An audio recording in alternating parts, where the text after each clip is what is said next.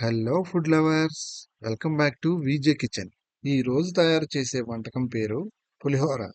South ఇండియాలో పులిహోర పేరు వినని వాళ్ళు కానీ పులిహోర తినని వాళ్ళు కానీ చాలా అరుదు. ఇలాంటి ఈ పులిహోరలో చింతపండు పులిహోర, నిమ్మకాయ పులిహోర, మామిడికాయ పులిహోర, గోంగూర పులిహోర అని చాలా రకాలే ఉన్నాయి. కానీ వీటన్నిటిలో చింతపండు పులిహోర ఎల్లప్పుడూ ప్రత్యేకమే. అలాంటి ఈ చింతపండు పులిహోర తయారీ విధానాన్ని చూద్దాం. చింతపండు పులిహోర తయారీ విధానానికి కావలసిన పదార్థాలు: ఒక గుప్పెడు వేరుశనగ గుళ్ళు, ఒక స్పూన్ పచ్చిశనగపప్పు, ఒక స్పూన్ ఆవాలు, ఒక స్పూన్ చాయ్ మినపప్పు, హాఫ్ స్పూన్ జీలకర్ర, 5 పచ్చిమిర్చి, 5 ఎండుమిర్చి, కొద్దిగా కరివేపాకు. 50 గ్రాముల చింతపండు తీసుకుని శుభ్రంగా కడుక్కొని వాటర్ పోసి పక్కన పెట్టుకోవాలి. ఇప్పుడు 2 గ్లాసుల రైస్ తీసుకుని శుభ్రంగా కడిగి వాటర్ పోసి స్టవ్ మీద పెట్టి మూత పెట్టుకోవాలి.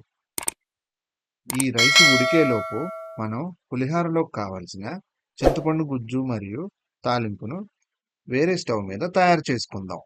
ఇప్పుడు మరొక స్టవ్ వెలిగించి ఒక స్టీల్ కడాయి పెట్టుకుని 4 గరిటెల నూనె పోసుకోవాలి. ఆయిల్ వేడెక్కాక వేరుశనగ గుళ్ళు వేసి దోరగా వేయించి పక్కన పెట్టుకోవాలి.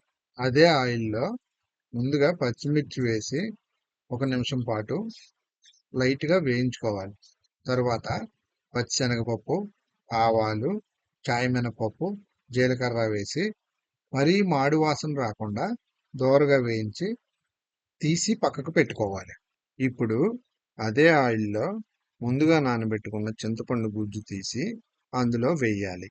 చింతపండు గుజ్జు మరుగుతున్నప్పుడు అందులో కొంచెం ఇంగువ, కొంచెం పసుపు వేసి కలుపుకోవాలి.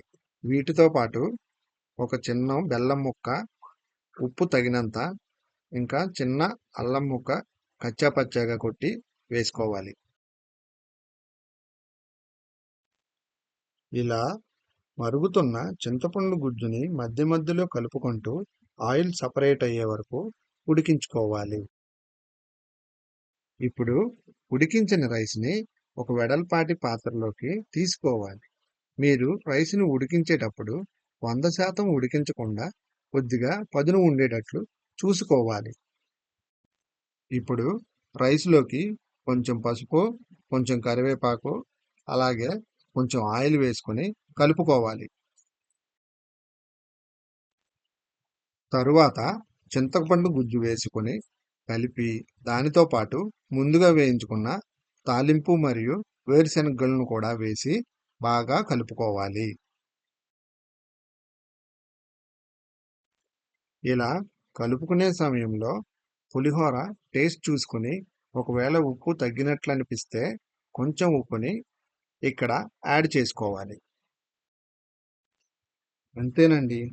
ఇలా ఎంతో సులభంగా రుచికరమైన చింతపండు పులిహోరని మనం ఇంట్లోనే సులువుగా తయారు చేసుకోవచ్చు. దీనిని మీరు దేవుడి దగ్గర ప్రసాదం లాగా కూడా పెట్టుకోవచ్చు. ఈ చింతపండు పులిహోర మీకు నచ్చినట్లయితే వీడియోని లైక్ చేయండి, షేర్ చేయండి. ఇలాంటి మరిన్ని వీడియోల కోసం మా ఛానల్ని సబ్స్క్రైబ్ చేసుకోండి. Thank you.